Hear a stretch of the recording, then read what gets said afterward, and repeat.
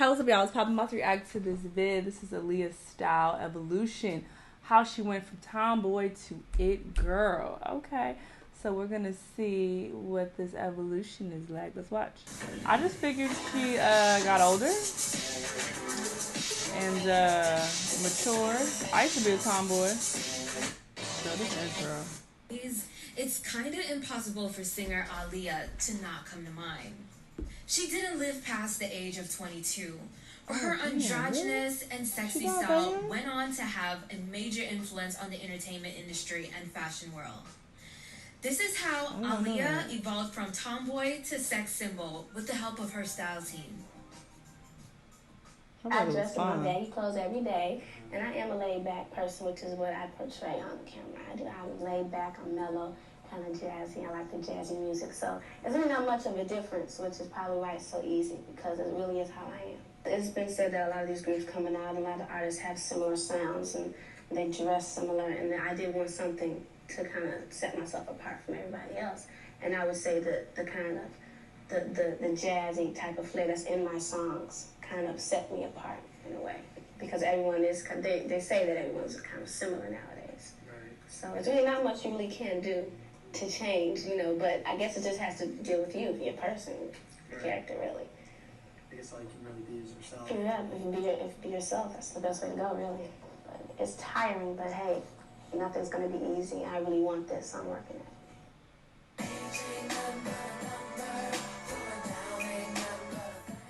When Aliyah first debuted in 1994, her signature style was tomboy, mostly wearing baggy street clothes, jerseys, sunglasses, and sneakers, but still balanced femininity by showing her stomach at times.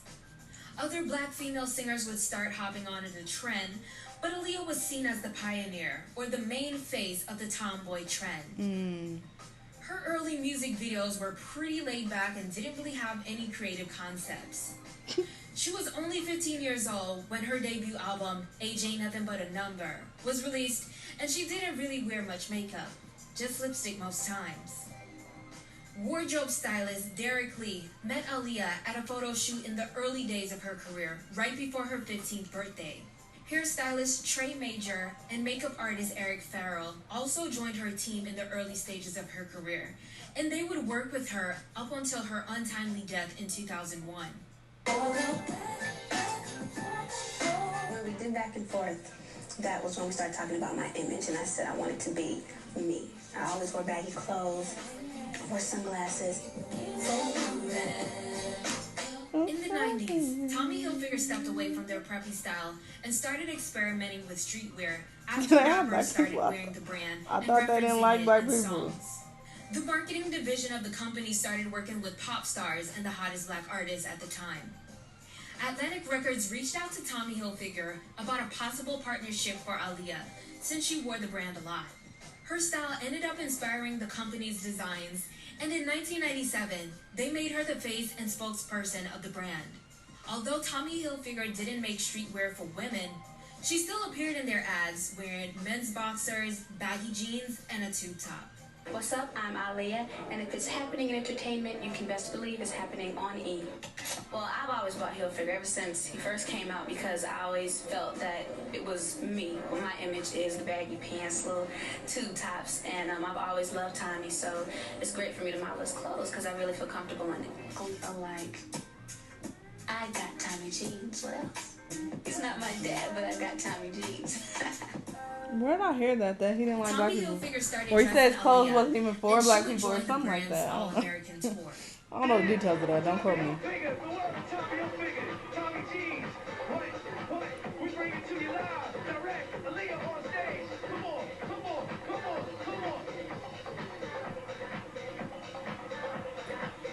I don't think I ever owned anything Tommy Hilfiger. I was like, she started working with up-and-coming songwriter and production duo Timbaland and Missy Elliott for her sophomore album. They helped her change up her musical sound, which brought her to mainstream success. She was 17 years old now, and her style became sexier and more mysterious. Her image became known as ghetto goth. Her longtime stylist, Derek Lee, got most of her leather looks from sex shops around New York City and mixed it up with streetwear. Aliyah's mother, Diane, convinced her to wear her hair in a side part and cover up her left eye like actress Veronica Lake. The side part eventually became her signature look, and it was mainly styled by hairstylist Trey Major. She was also one of the first girls to do the ombre hair trend.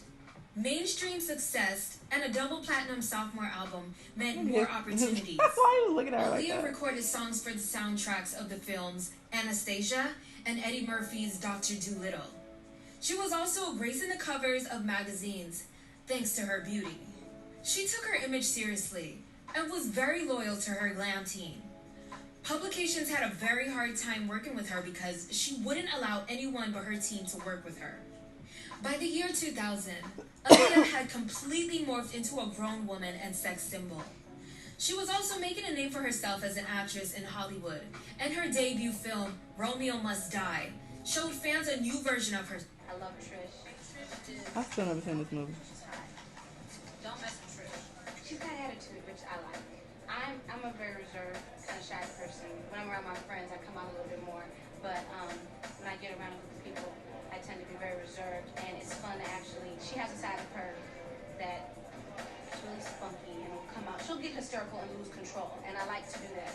I like playing that part because I don't do that a lot. Only when it's pretty much necessary. If I'm on tour, and my band needs to get yelled at, and that'll come out of me. But she has that attitude pretty much all the time, and I really like that side of her. The lead single that she recorded for the film soundtrack, titled Try Again, elevated her image and career as an artist, and the music video won 2 MTV Music Video Awards for Best Female Video and Best Video from a Film. Her crystallized Dolce & Gabbana Spring-Summer 2000 outfit and bold eye makeup done by Eric Farrell became her most recognized look. Soon, she'd be making high-profile appearances, wearing some of the top fashion designers, and her looks became more daring. She had great relationships with the designers Armani and Roberto Cavalli. Her stylist, Derek, revealed to Vibe magazine that she was into the dark rock star look. He said, "The reason why I put her in Cavalli is because more rock people were rocking Cavalli than hip-hop people at the time. For the video for Try Again, that's where we stepped away from Cavalli and went towards Dolce & Gabbana, because that was the hardest look around. That look still looks incredible.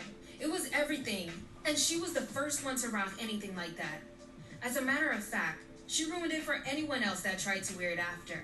Then she always used to rock her Nikes and her Timbs. That's kind of how she rolled." End quote. In April 2001, Aliyah came back with the lead single, We Need a Resolution, for her forthcoming album. And she continued the dramatic smoky eye and dark theme, but still incorporated some vibrant looks. Her late makeup artist Eric Farrell was inspired by runway looks from Alexander McQueen and John Galliano shows. And she was willing to try every look he pitched to her. He said, "I think she really liked that because it was smoldery, sexy, and a little bit dark. Okay, I don't even know what he's saying. I remembered she's the power of a woman. I like to be powerful." Stylist Derek went for sexy, edgy looks. He said, "When she was getting sexy, I had to pull something a little bit more masculine, even if she was wearing a dress. Designer on Rodeo Drive, and that wasn't worn right either. These quotes. The bottom looked like a skirt." End quote. This is the second time Paul and I worked together, so we decided to kind of do what we did on One in a Million, but take it to another level. So we have beautiful scenes that are simple but yet different. We have a snake pit, we have the bedroom scene, we have an amazing dance sequence. So you get a lot of eye candy, but it's not overload. Definitely be handling some of the snakes. I wanted the video to be very simple key. And to be sexy. And Sexy but not overload. I've always been someone that has had an affinity towards edgy things, towards kind of the dark side, and Romeo to Queen of the Damned to the Matrix, they all kind of represent that for me. It's very edgy, it's unique, and it's a little bit dark, and I like that in my music as well. See, they knew what they was doing back in the day. I feel like a lot of female artists found that perfect balance of being sexy but still tasteful. You know, it was a nice little balance. You giving something, you showing something, but you ain't doing too much, it ain't over the top. Nowadays, they have a really hard time finding that balance. It's just extra for no reason, especially the rap girls. Titties, they going all out, titties, ass, twerking everywhere. But you know, it is what it is. I really liked Aliyah's style. I do wonder how far she would have went if she didn't pass. Because of course, when people pass away, they get all this recognition, and then, you know, they get all their flowers, and people are bigging them up. But it's like, I wonder what she would have been like if she didn't pass. Would she have gone on to be super iconic and got huge, or would she have fizzled out? You know, because that does happen with a lot of artists. But yeah, it's unfortunate that she ended up passing. I liked her a lot. Y'all let me know what y'all thought though, and I'll see y'all in the next one.